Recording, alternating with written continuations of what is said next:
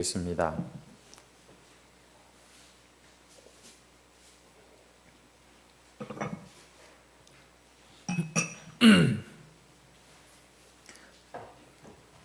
요한계시록 8장 1절에서 5절 말씀 다 찾으신 줄 알고 우리 한 목소리로 합독하도록 하겠습니다. 시작.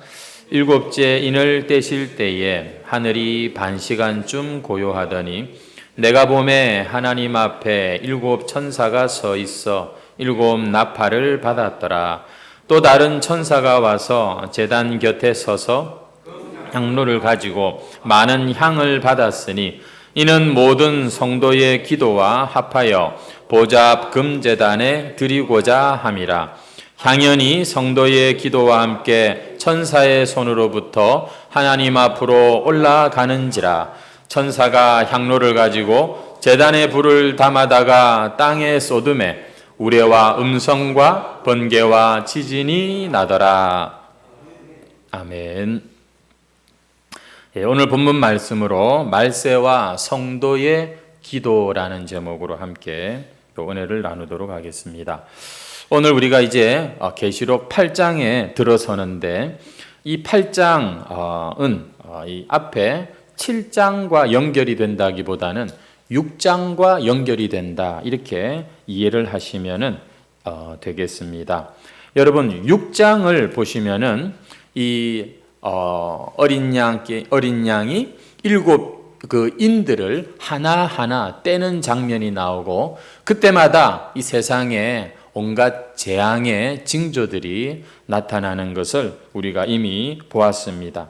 특별히 여섯째 인을 딱 떼었을 때에 엄청난 재앙이 일어나는 것을 또 우리가 보았지요. 해가 검게 변했다고 그렇게 기록하고 있고 달이 피같이 되고 별들이 우수수 떨어지는 일들이 여섯째 인 재앙 때 있었다고 합니다. 하늘이 두루마리처럼 말렸다. 여러분 하늘이 말린다는 게 이게 어떻게 상상이 되십니까? 한마디로 이 하늘이 벗겨져 버리고 없어져 버리는 이런 참 천지가 개벽하는 그런 이 사건이 일어난다는 겁니다. 하늘만 그런 것이 아니라 땅에도 보니까 지진이 일어나고 산과 섬들이 막 이렇게 제자리에서 옮겨지는 그야말로 하늘이 무너지고 땅이 꺼지는 이런 종말의 모습을 여섯째 인을 떼었을 때 우리가 보게 되고요. 그런 내용들과 더불어서 이 6장 마지막 절에 보면 그들의 진노에 큰 날이 이르렀으니 누가 능히 서리요? 라는 질문으로 6장이 끝을 맺었습니다. 그리고 그에 대한 대답이 7장이 갑자기 끼어들어온다 이렇게 보시면 되겠습니다.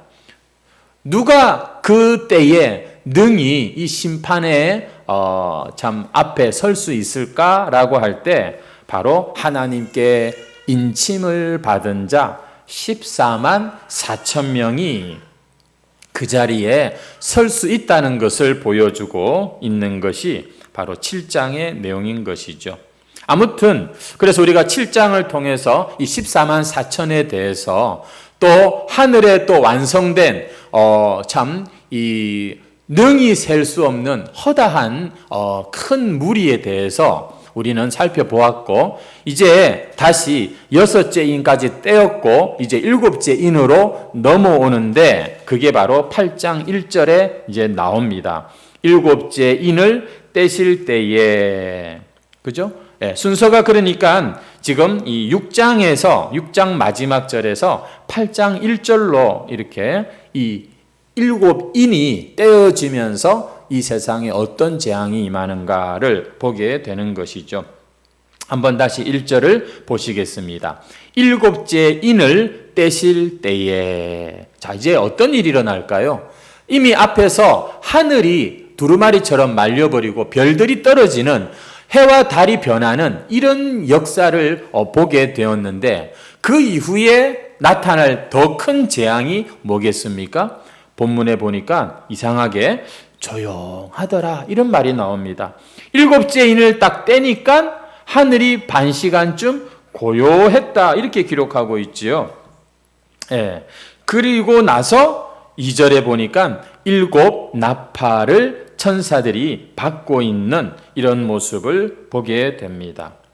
여러분, 이 말씀을 보면은 이제 완전히 해와 달과 별과 온 세상이 그렇게 망해버리고 난 뒤에 7째 인을 딱 뗐으면 이제 정말 14만 4천을 위한 새로운 어떤 그런 이 세상이 열려야 될 것 같은데, 그런 이야기가 아니라 하늘이 반 시간쯤 고요해지는 이런 침묵이 지금 있다는 것입니다. 그래서 마치 7째 인을 떼고 나니까 이제 7째 재앙이 시작되는 것 같은 그런 모습이지요. 계시록을 해석하는 방법 중에 이런 주장이 있습니다. 이 7째 인은 마지막 재앙이기 때문에 이 마지막 재앙은 다시 또 7개로 나누어 가지고서 더 자세하게 보여주는 것이 계시록의 구조다, 이렇게 말하는 것이 있습니다. 옛날에 우리 어릴 때 친구들이랑 같이 이렇게 놀다가 싸우면 이제 뭐 이렇게 기다려줄 때 그런 거 하잖아요. 내가 10가지 내가 기다려준다 이러면서 8, 9 반의 반 뭐 이런 거 있잖아요. 이 바로 그냥 이 끝을 내지 않고 좀 더 이렇게 기다리는, 뜸을 들이는 것처럼 이 7째 인을 지금 떼면 이제 더 뭔가 새로운 것이 등장을 해야 되는데 그런 것이 아니고 갑자기 조용하더니만 7 나팔로 이렇게 이어지고 있고, 또 나중에 가면 7 대접 재앙으로 또 이렇게 계속해서 이 재앙들이 뭔가 좀 세분화되는 것 같은 이런 모습을 보게 됩니다. 실제로 그런 주장이 있고요. 그래서 이 계시록을 보다 보면 이것은 이 때가 어느 때이고 하는 이런 식으로 자꾸 보게 되는 경향이 생기는 것이죠. 여러분, 창세기에 보면 이 요셉 이야기가 나오지 않습니까? 요셉이 형들에게 팔려가지고서 애굽에 종살이를 하게 되고, 그 종살이 하다가 또 그만 이 모함을 받고 감옥에 들어가는 일이 생기잖아요. 여러분, 그때 그 애굽의 왕이 바로라고 하는데, 이 바로가 꿈을 꿉니다. 어떤 꿈을 꾸냐면은 아름답고 아주 살이 통통하게 찐 7 암소가 아주 여유롭게 풀을 뜯고 있는 보기 좋은 경치를 보았어요. 그런데 갑자기 강가에서 흉하고 아주 그냥 삐쩍 마른 7 암소, 아주 못생기고 아주 그냥 곧 쓰러질 것 같은 이 7 암소가 등장을 해가지고 이 살찌고 아름다운 7 암소를 잡아먹는 그런 꿈을 꿨습니다. 그리고는 그만 잠에서 깨어난 것이죠. 도대체 이게 무슨 꿈일까? 이러고는 생각하다가 또 잠이 들었어요. 근데 또 꿈을 꾸는데 이번에는 아주 무성하고 곡식이 충실한 7 이삭이 있는 것을 보았습니다. 먹기에도 참 탐스러운 그런 아주 보기에 좋은 그런 알곡들이었는데, 갑자기 또 옆에 아주 가늘고 동풍에 마른 것 같은 7 이삭이 등장을 해가지고서 이 앞에 그 무성하고 충실한 좋은 이삭을 잡아먹는 그런 꿈을 꾼 것이에요. 이게 도대체 무슨 꿈일까? 그래가지고서 이제 여차저차 해가지고 요셉이 감옥에 나와가지고 꿈을 해몽하는 그런 장면이 있지 않습니까? 애굽에 7년 동안 먼저 큰 풍년이 있을 것입니다. 그런데 그 후에 이어서 7년 동안 아주 무서운 흉년이 찾아올 것입니다. 임금에게 이 꿈을 보인 것은 대비하라고 이렇게 해몽을 해주는 이런 일이 있었습니다. 여러분, 바로가 꾼 꿈은 2가지였어요. 2종류였잖아요. 하지만 사실은 한 가지 사건을 암시하는 꿈이었죠. 뭡니까? 풍년이 7년 동안 올 것이고 이어서 흉년이 7년 동안 올 것이라고 하는 똑같은 사건을 2가지 종류의 꿈을 가지고서 본 것입니다. 여러분, 요한계시록도 그렇게 이해하시면 돼요. 7 심판, 재앙, 또 7 나팔 재앙, 7 대접 심판, 이 세 가지 큰 종류의 심판들이 계속해서 계시록에 나오는데 이게 사실은 다 똑같은 한 가지 사건을 반복해서 다루고 있다. 이렇게 보시면 된다는 것입니다.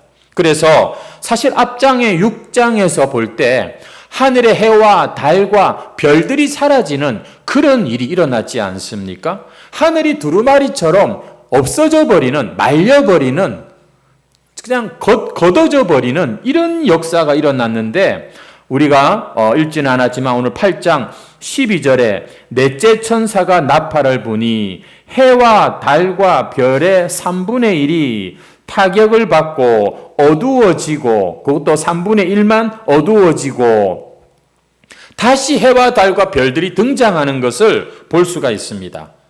무슨 말입니까? 이 7인 다음에 또 7 나팔 재앙이 이어지는 것이 아니다라는 것이지요. 예. 그리고 또 첫 번째 인에서 네 번째 인까지 혹시 말 탄 자들, 흰말, 거물말, 청황색 말, 붉은 말 탄 자들이 나왔을 때 그들에게 어떤 표현이 있었는가 하면은 땅 4분의 1의 권세를 얻은 자들이다라는 그런 말이 6장에서 나옵니다. 4분의 1이에요. 근데 8장에 오니까 나팔 재앙에서는 3분의 1이라는 말이 또 많이 반복이 되는 것을 볼 수 있습니다. 같은 사건을 지금 다룬다고 말씀을 제가 드렸지만 그러나 그 차이가 있는 것을 보게 되지요. 점점 상황이 그러니까 4분의 1만 이렇게 이 악한 일들이 일어났는데 이제 3분의 1로 좀 확대가 돼가지고 또 이런 일들이 일어나고 나중에 16장에 가면 7 대접 재앙이라고 하는 게 또 나오는데 거기에는 아예 4분의 1도 아니고 3분의 1도 아니고 전체가 그 심판의 대상으로 나타나는 것을 볼 수가 있습니다. 이것은 점점 심판이 가까워오고 있다는 것을 의미하는 것이죠. 결국 제가 지금 설명을 드리고 있습니다만 1절과 2절은 붙어 있지만 이어지는 내용은 아니다. 이 말씀을 좀 드리고자 하는 것입니다. 인재앙을 통해서 하나님의 심판이 이 땅에 어떻게 임할 것인지 표현되고 있고 이제 또 7 나팔 재앙을 통해서 그 심판이 구체적으로 더 심각하게 어떻게 나타나는지 보여주고 있다는 겁니다. 그래서 7째 인을 떼자 어떤 일이 일어납니까? 잠깐 고요해지는 이런 상황이 생깁니다. 이것은요, 새하늘과 새 땅이 그 모습을 드러내기 전에 이제 그 어떤 고요함이라고 보면은 되겠습니다. 그리고 새하늘 새 땅은 당장에 안 나타나고 다시 7 이 나팔 재앙으로 다시 한번 또 이 세상의 종말의 모습이 또 반복된다. 이렇게 계시록을 크게 이해를 하시면 좋겠습니다. 그래서 이제 2절부터 7 천사가 7 나팔을 받는 이런 이야기가 나오고요. 이 2절은 우리가 읽지는 않았지만 저기 6절로 한번 가보시겠습니까? 7 나팔을 가진 7 천사가 나팔 불기를 준비하더라. 왜요? 2절에서 이 7 나팔을 받았기 때문입니다. 그래서 7절에 첫째 천사가 나팔을 부니 하고 이제 또 이 나팔 재앙의 이야기가 이제 이어지고 있는 것을 볼 수가 있지요. 중간에 그러면 3절에서 5절까지의 내용은 뭐냐? 우리가 오늘 읽은 본문인데 지금 이것은 갑자기 뭐랄까요? 이 기도하는 이야기가 나오는 것을 우리가 볼 수가 있는 것입니다. 여러분 좀 오늘 본문은요 내용이 왔다 갔다 합니다. 그래서 좀 복잡하기 때문에 제가 이렇게 설명을 드리고 있습니다. 이제 한번 제가 질문해 볼까요? 이해를 잘 하고 계신지 아시는 분은 한번 대답을 좀 해주시면 좋겠습니다. 여러분이 1절은 8장 1절은 어디에서 이어지고 있는 거죠? 6장 마지막 절에서 이어진다 이렇게 보시면 돼요. 6장 마지막까지 6째 인의 이야기였고 7장은 그 누가 능히 서리요에 대한 대답으로 바로 14만 4천 이 모습이 나왔고, 그리고 8장 1절에 7째 인 이야기가 나오는데 어떤 또 다른 재앙이 아니라 갑자기 뭐가 뚝 끊기는 고요한 상태가 되고 만 것입니다. 그래서 고요하더니라고 나오지만 고요하더라 이렇게 사실은 보시면은 되는 것이죠. 끝났어요. 그 다음에 또 2절에 보니까 내가 보니 하나님 앞에 7 천사가 7 나팔을 받더라. 그리고 어디로 간다고요? 6절로 가라고요. 그 7 나팔을 가진 7 천사가 이제 받은 나팔을 불기를 준비하더라는 이런 말씀으로 이어지면 문맥을 이해하기가 쉽다는 것입니다. 그렇게 인재앙에서 나팔재앙으로 이제 조금 더 강조하는, 더 임박한 것을 설명하는 그런 이 구조다. 그런데 오늘 우리가 좀 이야기를 자세히 하고 싶은 것은 3절에서 5절의 이야기가 되겠습니다. 지금까지는 구조를 제가 설명을 드렸다면 이 3절에서 5절의 내용은 딱 나오잖아요. 어떤 내용입니까? 한번 보세요. 3절부터 5절의 말씀 어떤 내용이죠? 기도에 대한 내용이라는 것을 우리가 딱 보니까 나옵니다. 5절에 보니까 천사가 향로를 가지고 제단에 불을 담아다 땅에 쏟음에 우레와 음성과 번개와 지진이 나더라. 이런 말씀이 나오는데 이 천사가 향로를 가지고, 이 향로가 뭐냐? 4절 말씀에 향연이 성도의 기도와 함께 천사의 손으로부터 하나님 앞으로 올라가는지라는 그런 말이 나오죠. 이 향연이 바로 향로 안에 담겨 있는 것입니다. 하나님께 올라가는 것인데 그 내용이 보니까 모든 성도의 기도가 담긴 그런 이 향로라는 것이죠. 한번 3절을 다시 보시겠습니다.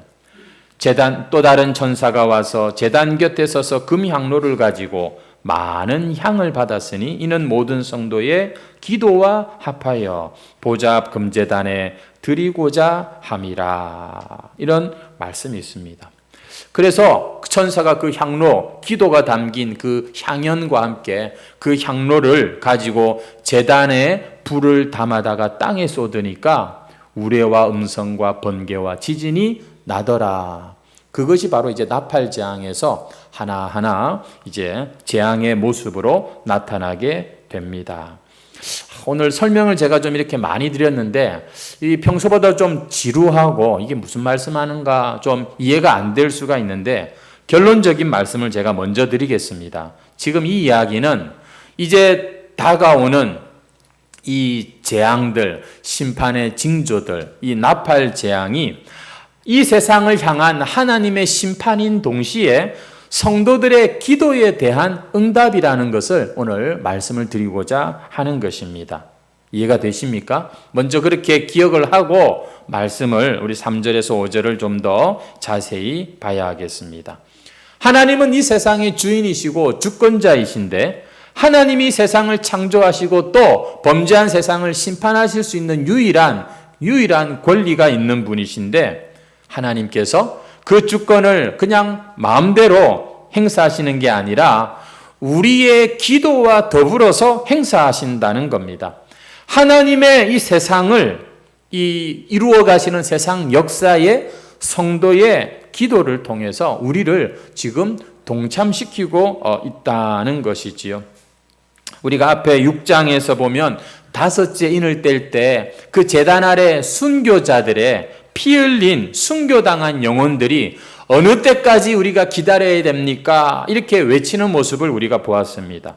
그 순교자들의 흘린 피, 이것이 하나님의 제단에 이렇게 들려진, 올려진, 바쳐진 그런 모습을 보았는데 오늘 본문의 4절에도 보니까 이 성도들의 기도가 향연과 함께 하나님 앞에 올라가는지라 이런 말이 있습니다. 기도도 하나님이 받으시는 그런 아주 귀한 제물이다는 것을 말씀하고 있는 것이죠.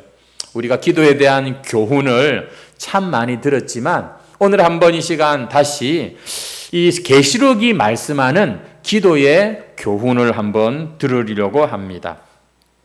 특별히 우리가 이것을 잘 이해하려면 성막에 대한 이해를 먼저 좀 우리가 할 필요가 있는데요. 여러분 혹시 구약시대 이스라엘 백성들이 광야에서 살 때 이 성막을 어떻게 이해를 했을까요? 성경을 보면은 그렇게 성막에 대한 교훈이 많이 나옵니다. 성막문을 딱 열고 들어가면 제일 먼저 보이는 게 혹시 뭔지 아십니까? 번제단이라고 하는 것이 보입니다. 이 번제단은 노수로 만들었는데 가지고 온 짐승들, 제물 대신 제물들을 그 번제단 위에 놓고 불사르는 그런 이 번제, 짐승을 잡아 제사를 드리는 장소가 먼저 딱 나타나는 것이죠. 여러분, 우리가 이 제사를 드린다는 게 어떤 개념일까요? 흔히 유교에서 조상들에게 제사를 지냅니다. 우리 조상님들 맛있는 밥 한 끼 대접하고 싶습니다. 그래서 하는 겁니까? 제가 잘 모르겠습니다만 성경에서 제사를 드린다고 하는 의미는 이거예요. 내가 하나님 앞에 죄인이고 죄값은 죽음이고 내가 죽어야 되는데 내가 대신 죽을 수는 없으니까 대신 죽는 짐승을 가지고 나오는 겁니다. 이것은요, 적어도 내가 하나님 앞에 죄인이라는 사실을 인정하는 것이고요. 또 한 가지는 그 죄를 대신해서 피가 흘려졌다는 것을 이게 의미하는 것이죠. 그래서 모든 제사는 바로 예수님의 십자가를 가리키는 예표라고 할 수 있습니다. 그 수많은 짐승들이 정말 그 오랜 세월 동안 이스라엘의 성막에서 죽임을 당해야 했던 이유는 모든 인간들이 이와 같은 죽어야 마땅한 죄인이고 그 죄를 대신하여 피 흘리는 분이 오고 계신다. 이걸 계속 보여주는 게 성경에서 말하는 이스라엘의 제사의 의미라고 하는 것이죠. 이 번제단이 있습니다. 이 번제단 뒤에는 물두멍이라고 하는 게 있어가지고 그 짐승을 잡는, 그러면서 이 손에 피가 묻지 않겠습니까? 그런 저런 것들을 씻는 곳이 있고요. 이 물두멍을 지나면 성소가 짠 하고 등장합니다. 여러분, 성막 문을 여는 게 있고요. 성소 문을 여는 게 또 있습니다. 성소는 실내 공간이고요. 성막 문을 열고 나타난 번제단과 물두멍은 실외라고 보시면 됩니다. 실내 성소로 들어갑니다. 뭘 지나서? 번제단과 물두멍을 지나서 성소로 들어가면은 그 성소 안에는 뭐가 있냐면 이스라엘 12지파를 보여주는 12개의 떡이 놓인 떡상이 하나 있고 또 건너편에는 그 떡을 은은히 비춰주는 등불이 있습니다. 이것은 하나님의 참 이 은혜가 이 이스라엘 백성들을 비추고 있는 그런 모습. 이 이스라엘은 정말 이 떡과 같은, 그래서 이게 날마다 갈아야 되거든요. 그런데 이 떡상과 등대를 지나면 가운데에 뭐가 하나 있냐면 또 하나의 제단이 나옵니다. 이 제단을 뭐라고 부르냐면 분향단 이렇게 부릅니다. 앞서 성막문을 열고 나타난 것은 번제단이었고요. 이제 성소문을 열고 들어가면은 저 끝에 하나의 또 다른 단이 있는데 금으로 만든 제단, 분향단입니다. 그 분향단은 말 그대로 향을 피우는 단이라고 보면 되겠습니다. 앞에서는 피를 흘리는 그런 단이었는데 이제 성소 안에 들어가니까 피 흘리는 것이 아니라 하나님께 냄새를 올려드리는, 향을 올려드리는 제단이 하나 있다는 것이죠. 그리고 그 분향단 또 앞에는 뭐가 하나 가로막혀 있습니다. 혹시 그게 뭔지 아세요? 휘장이라고 하는 것이죠. 성소와 지성소 사이를 막고 있는 휘장. 그 휘장이 예수님 죽으실 때 찢어지지 않았습니까? 휘장 뒤에는 그럼 뭐가 있을까요? 하나님의 임재의 상징인 법궤가 그곳에 있는 것이죠. 이 성막의 제사장들은 이 성소까지만 들어가서 주로 활동을 하고, 이 1년에 단 한 번 이 속죄일날 이 대제사장이 이제 이 지성소에 목숨 걸고 들어갔던 것이죠. 이런 설명을 드리면서 여러분들은 기억하셔야 될 게 뭐냐면, 번제단이 있고 분향단이 있구나 하는 것입니다. 여러분 3절 말씀을 한번 가보시겠습니까? 또 다른 천사가 와서 제단 곁에 서서, 이 제단은 어떤 제단일까요? 번제단을 말하는 것입니다. 금향로를 가지고 많은 향을 받았으니 이는 모든 성도의 기도와 합하여 보좌 앞 금제단에 드리고자 함이라. 금제단은 뭘까요? 분향단이라고 하는 것입니다. 지금 3절에 보면 첫 번째 나오는 제단과 두 번째 나오는 제단이 여러분 다른 겁니다. 첫 번째는 제물을 드리는 곳이고, 금제단, 분향단은 기도를 드리는 곳이다 라고 말씀을 드렸습니다. 중요한 것은 뭐냐면 이겁니다. 이 분향단에 있는 향을 피울 때 여러분 반드시 그것을 어떤 불을 사용해야 할까요? 번제단에 있는 불, 짐승을 죽일 때 썼던 그 번제단의 불을 가지고 와서 분향단에 향을 피워야 한다는 것입니다. 레위기 10장에 보면은 나답과 아비후가 분향하다가 죽는 그런 장면이 나와요. 그 이유가 뭔가 하는 것도 나오지요. 다른 불로 분향하다가 죽임을 당하는 겁니다. 우리 한번 보실까요? 한번 보시겠습니다. 아론의 아들 나답과 아비후가 각기 향로를 가져다가 여호와께서 명령하시지 아니하신 다른 불을 담아 여호와 앞에 분향하였더니, 그 다음 불이 여호와 앞에서 나와 그들을 삼키매 그들이 여호와 앞에서 죽은지라. 아니, 이 성막 안에서, 성소에서 제사 지내던 제사장들이 그만 죽었어요. 알고 봤더니 이 제단에 이 불을, 다른 불을 가지고 분향을 하려다가 그렇게 되었다는 것이죠. 여러분, 이 말은요, 자신의 죄 문제를 해결하지 않고 하나님 앞에 가까이 나가는 게 이게 두려운 일이다, 무서운 일이다 하는 것을 보여주는 것입니다. 요즘 신약의 이후에 복음 이 시대로 우리가 말한다면 예수 그리스도의 십자가의 그 보혈의 공로를 의지하지 않으면서 하나님 앞에 예배드린다고, 그건 큰일 날 일이다라고 하는 것입니다. 여러분, 이 분향단의 이 불은 반드시 제단의 불이어야 한다는 건 뭡니까? 우리가 하는 기도가 반드시 그리스도의 십자가를 근거로 해서 올려드리는 기도, 그런 예배가 되어야 한다, 이런 말입니다. 그럴 수 있는 근거는 그리스도께서 저와 여러분을 위해 죽어주셨기 때문이지요. 여러분, 5절 말씀에서 천사가 향로를 가지고 제단의 불을 담아다가 땅에 쏟았다, 이런 말이 나옵니다. 제물을 사르고 향을 피울 불을 땅에다가 쏟았습니다. 그러니까 어떤 일이 일어난다고요? 우레와 음성과 번개와 지진이 나더라. 여러분, 이 번제단이라고 하는 것은 우리 대신 하나님의 진노를 받으신 어린 양을 보여주는 곳입니다. 그런데 이 어린 양을 인정하지 않으니까 어떻게 되냐면 자기가 직접 진노를 받는 그런 장면이 바로 이 5절의 내용이라고 보시면 되겠습니다. 이 제단의 불이 지금 이 땅에 쏟아지고 있는 이 심판의 모습은요, 이 세상이 지금도 하나님의 어린 양을 인정하지 않기 때문에 쏟아지는 바로 그런 이 재앙의 모습이라는 것이죠.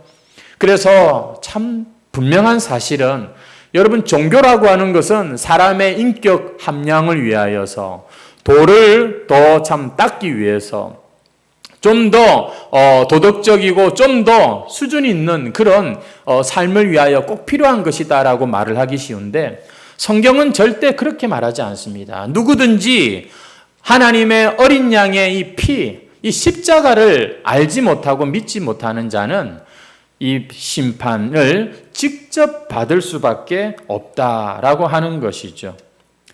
오늘 말씀은 이 나팔재앙의 시작을 지금 우리가 말씀을 하는데 이 모든 것이 특별히 성도의 기도와 관련이 있다라고 말하는 것입니다. 여러분, 성도의 기도가 담긴 그 향로에 불을 담아 땅에 쏟고 있지 않습니까? 세상에 대한 이 심판이 성도들의 기도의 응답으로 성도들의 기도와 함께 지금 이 땅에 부어지고 있다는 것이지요. 우리는 흔히 기도 그러면은 사람을 축복하고 좋은 것을 구해야 되지 않습니까? 맞습니다. 당연히 우리의 기도는 주님께서 가르쳐 주신 대로 그렇게 해야 되는데, 여러분, 우리의 기도가 참 응답되지 않는 게 너무 많은 것 같아요. 우리는 그 기도들이 도대체 어디로 갔을까? 그 기도의 열매를 확인하지 못하는 것이 너무 많습니다. 그런데 마지막 날에 하나님께서 이 세상을 심판하실 때, 여러분, 우리의 기도가 하나님의 구원받기로 예정된 자들에게는 구원의 도구가 되는가 하면, 거부하는 자들에게는, 이 세상에 대하여는 심판의 도구가 되어서 주님의 그 심판의 그러한 참 이 도구로 쓰임을 받는 것이 성도의 기도다라고 하는 것이지요. 하나님은 이 세상을 이제 장차 심판하실 것인데, 그때 우리 성도들의 그 기도를 사용해서 심판하신다라는 것입니다. 이것이 오늘 우리가 읽은 본문에서 이 재앙과 이 심판의 징조 가운데 기도가 나타나는 그 이유를 찾는 것이지요. 말세라고 말하는 이 세상을 우리가 지금 살아가고 있습니다. 여러분, 오늘 여러분에게는 어떤 것이 가장 필요한 것입니까? 돈만 있으면 진짜 살 것 같지 않습니까? 내 이 병만 고치면 진짜 인생이 너무너무 행복할 것 같지 않습니까? 하지만 말세에 말이죠. 말세를 살아가는 자에게 있어서 가장 필요하고 중요한 것은 그건 바로 기도라고 하는 것입니다. 이 한국 교회가 보면은요, 진짜 참 보면 뭐 부족한 게 많은 그런 교회입니다. 굉장히 기복적이고요. 또 보면 한국 교회가 보면 또 잘 싸웁니다. 그래서 어느 나라 교회보다 이 교단 분파가 많아요. 그리고 또 보면 수준도 별로 높지를 않아요. 그런데 이 한국 교회 안에 참 지금까지 너무나 귀한 모습이 하나 있었던 것, 세상에 있는 다른 나라 교회들이 한국 교회를 보고 적어도 배우고 싶다, 본받고 싶다라고 말했던 거 한 가지가 있습니다. 그게 뭐냐면 기도하는 것이었어요. 적어도 한국 교회는요, 기도가 남달랐던 교회였습니다. 다른 나라 교회들은 이 한국 교회의 기도를 너무너무 흠모했어요. 그래서 코리안 프레이어라고 하는 게 있습니다. 우리 다 같이 코리안 한국 교회 기도합시다. 이러면은 어떻게 하는지 아십니까? 주여 이렇게 하는 것이죠. 심지어 우리나라 말로 주여 이렇게 하는 그런 모습도 있었습니다. 여러분, 한국 교회는요, 별 볼일 없는데 그 가난하고 전쟁의 폐허 속에 세워진 교회인데, 희한하게 이 교회들이 보니까 모여가지고서 딴 거는 몰라도 기도 하나만큼은 열심히 했던 것이죠. 금식하며 기도하고, 합심해서 기도하고, 산에 가서 기도하고, 밤을 새워 기도하고, 하여튼 기도만큼은 무섭게 하고 열심히 했고요. 하나님은 그 한국교회의 기도를 귀하게 보시고 이 부족함 많은 한국교회를 그래도 사용하시고 은혜를 베풀어 주셨던 것입니다. 오늘날은 참 세상이 먹고 살기 힘들다, 죽겠다 이런 소리 해도 옛날과 비교하면 참으로 우리가 잘 사는 그런 시대가 되었습니다. 하지만 그러나 더 이상 한국교회 안에 이런 기도의 운동, 기도하는 이 모습은 참 찾아보기가 어렵다고들 많이 이야기하지요. 여러분은 지금 기도하고 있습니까? 내가 요즘 바쁘고 또 너무 요즘 일이 잘 되고 너무 요즘 뭐 참 좋아서 기도를 굳이 안 해도 될 정도로 여러분은 참 그렇게 살고 계십니까? 결코 그게 잘 사는 게 아닌 것입니다. 여러분, 성도에게 있어서 제일 좋은 시절, 제일 복된 때는 언제냐면 여러분, 기도하는 때입니다. 하나님께서는 그 기도를 들으시고 그 기도를 통해서 하나님의 역사를 이루어 가시며 그리고 그 기도에 나중에 반드시 갚아주시기 때문이시죠. 성도 여러분, 기도 안 하면서 기대하지 마세요. 아유, 뭐 잘 되겠지. 더 좋아지겠지. 우리가 사람 간에 그렇게 격려하고 축복할 수 있습니다만 적어도 성경은 분명하게 말세냐? 힘드냐? 어렵냐? 그러면 정신 차리고 기도해라. 여러분, 성경은 분명하게 그렇게 말씀합니다. 우리 누가복음 21장 36절 말씀을 한번 보시면 이러므로 너희는 장차 올 이 모든 일을 능히 피하고 인자 앞에 서도록, 이 말을 하니까 우리 14만 4천이 탁 떠오르지 않습니까? 뭐 해야 된다고요? 항상 기도하며 깨어 있으라 하시니라. 여러분, 베드로전서 4장 7절 말씀 같이 한번 읽겠습니다. 시작. 만물의 마지막이 가까이 왔으니 그러므로 너희는 정신을 차리고 근신하여 기도하라. 아멘. 근신하고 기도해라. 이게 마지막 시대를 사는 성도들에게 주시는 그런 교훈이라고 하겠습니다. 우리가 말로는 마지막이야. 이제는 진짜 힘들어. 탄식하고 근심하고 두려워합니다. 그런데요, 기도는 안 해요. 그냥 걱정만 잔뜩 하고 그냥 못 살겠다고 그냥 투정하고 그렇게 우리가 이 세상 사람으로 살아가는 것, 여러분, 이거 참 이게 타락한 모습이라고 하겠습니다. 우리는 기도 중요하죠. 기도해야죠. 잘 알아요. 근데도 기도하기가 쉽지 않습니다. 왜냐하면 이 기도 없이는 절대 내 인생이 하나님 앞에 똑바로 설 수 없다는 사실을, 그것을 우리가 이 사실은 몰라서 그런 것이죠. 나는요 바빠서 기도가 안 돼요. 여러분, 기도하지 않으면 망한다는 사실을 모르니까 그런 소리 하는 것입니다. 사실 우리에게 시간은 충분하다니까요. TV 보는 시간, 유튜브 보는 시간 뿐만 아니라 여러분, 혼자 있는 그 시간이 사실은 기도 시간이에요. 근데 기도를 안 해요. 제가 지금 율법적으로 지금 단지 그 기도 그 자체를 말하는 게 아닙니다. 여러분, 우리 오늘 요즘에 혼자 가만히 조용히 자신을 좀 내버려 두는 사람들이 별로 없어요. 가면 어디를 가든 앞 손에 볼거리, 읽을거리, 들을거리. 여러분, 하나님 앞에 성도는요 가만히 조용히 사실은 있는 그것조차도 어찌 보면 참 귀한 기도의 모습이라고 할 수 있습니다. 저는 적어도 저의 싸움은 그겁니다. 조용히 혼자 있는 시간을 갖는 것이죠. 성도 여러분, 한번 오늘 이 말씀을 보시면서 이 말세에는 진짜 기도가 참 성도에게 최고의 무장이고 제일 중요한 일이구나. 적어도 오늘의 말씀을 여러분들이 진심으로 받는다면 한번 이 기도에 대한 생각과 도전을 해보시기를 바랍니다. 난 기도는 잘 안 되는 사람이라서.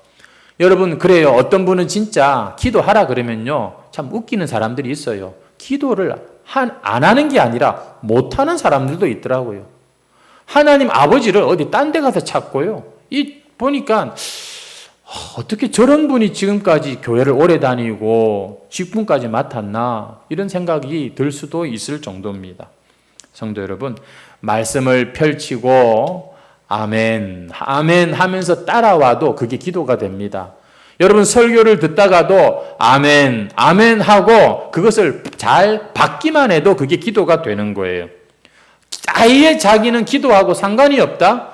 진짜 그거는요, 너무너무 어리석고 억울한 일입니다. 왜냐하면 하나님이 성도에게 주신 최고의 권세 중에 하나가 기도의 응답의 권세이기 때문인 것이죠. 나는 기도해도 재미도 없고 아무 느낌도 없고 아무것도 응답도 안 되는 것 같고, 여러분, 기도는 주님과 관계하는 겁니다. 주님과 대화를 하는 거예요. 여러분, 기도하기 시작하면 주님과 가까워지고 그리고 역사가 일어나는데, 무슨 기도를 무슨 도깨비 방망이 마냥 아니면 뭔가 어떤 이상한 어떤 길로 들어가는 그런 거로 생각하니까 아직도 이 기도에 대하여 우리가 은혜를, 그 기쁨을 알지 못하는 것이죠. 특별히 요즘은 어느 시대보다 개인주의가 만연한 그런 시대이죠. 그래서 그렇게도 얘기하더라고요. 저는 혼자서 기도합니다. 시끄럽게 막 모여가지고 기도 안 하고 혼자서 기도합니다. 하지만 여러분, 혼자서 기도도 해야 되고요.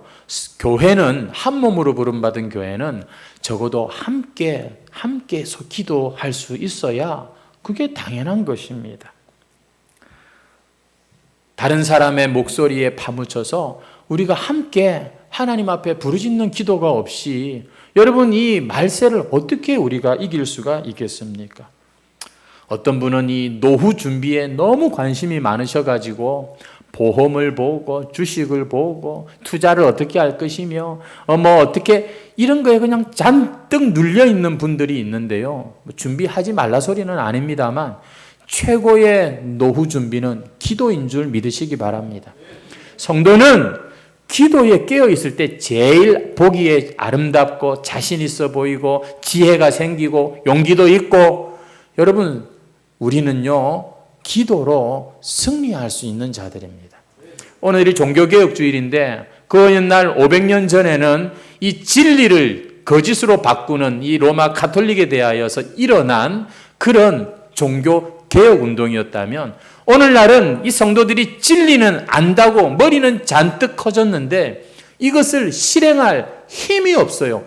해산할 능력이 없는 거예요. 무슨 얘기입니까? 기도하는 것이 오늘날의 종교개혁인 줄 믿습니다. 사람들이 기도를 안 해요. 이렇게 우리가 얘기를 주고받았는데도 아멘 해놓고는 여기서 끝나지 자기의 육신을 쳐서 기도의 자리로 나오지 않습니다.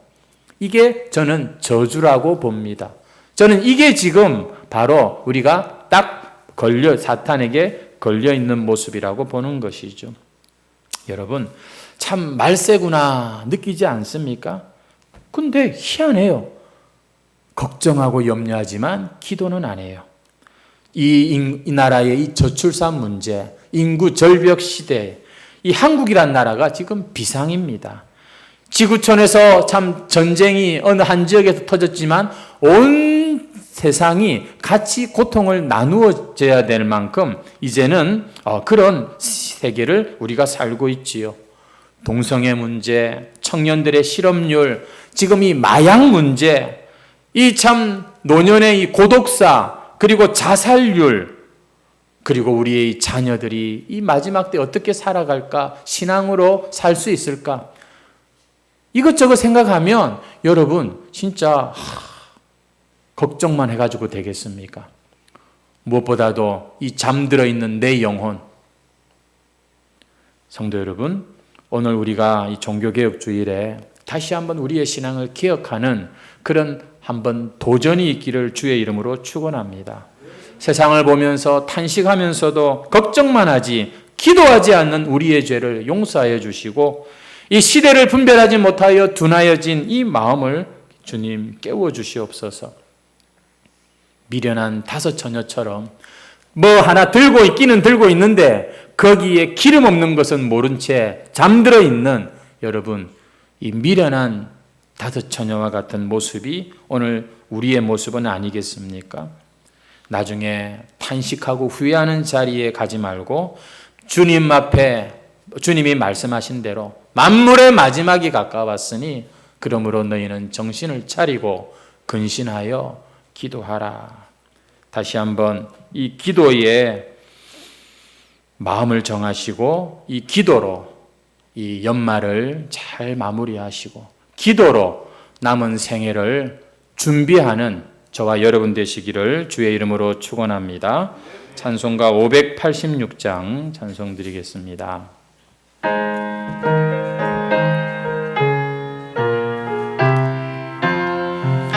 어느 민족 누구게나 결단할 때 있나니 참과 거짓 싸울 때에 어느 편에 설 건가 주가 주시 새 목표가 우리 앞에 보이니 빛과 어둠 사이에서 선택하며 살리라 고상하고 아름답다 진리 편에 서느니 진리 위에 억압받고 명예이 잃어도 비겁한 자 물러서나 용감한 자 굳세게 낙심한 자 나오는 그날까지 서리라 순교자의 빛을 따라 주의 위를 쫓아서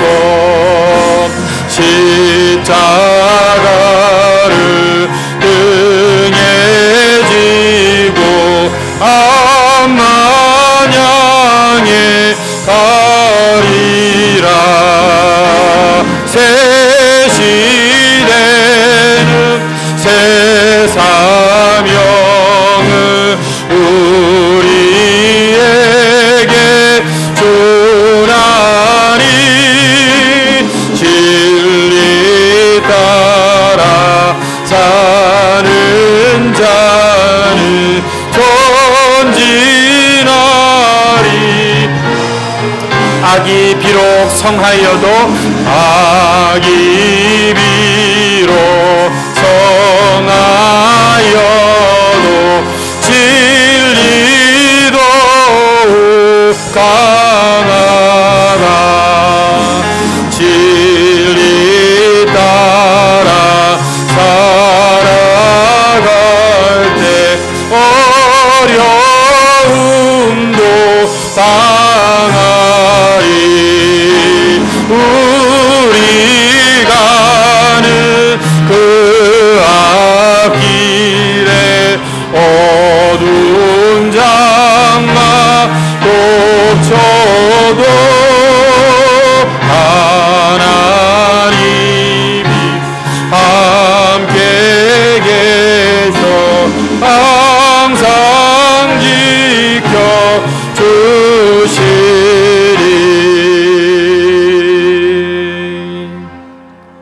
아멘. 우리 시간에 한번 같이 말씀을 생각하시면서